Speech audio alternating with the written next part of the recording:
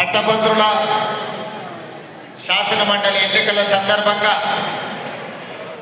నిజామాబాద్ జిల్లా కేంద్రంలో తెలంగాణ కాంగ్రెస్ పార్టీ అధ్యక్షులు మహేష్ కుమార్ గౌడ్ గారి నాయకత్వంలో నరేందర్ రెడ్డి గారిని గెలిపించడానికి పట్టభద్రుల సమావేశాన్ని ఏర్పాటు చేసి ఈ సమావేశంలో నాతో పాటు మిత్రులు మంత్రివర్యులు శ్రీధర్ బాబు గారిని, మిత్రులు మంత్రివర్యులు జూపల్లి కృష్ణారావు గారిని, అదేవిధంగా పెద్దలు సుదర్శన్ రెడ్డి గారిని, గారిని, పార్టీ మంత్రివర్యులు మొహమ్మద్ షబీర్ గారిని, రావు గారిని,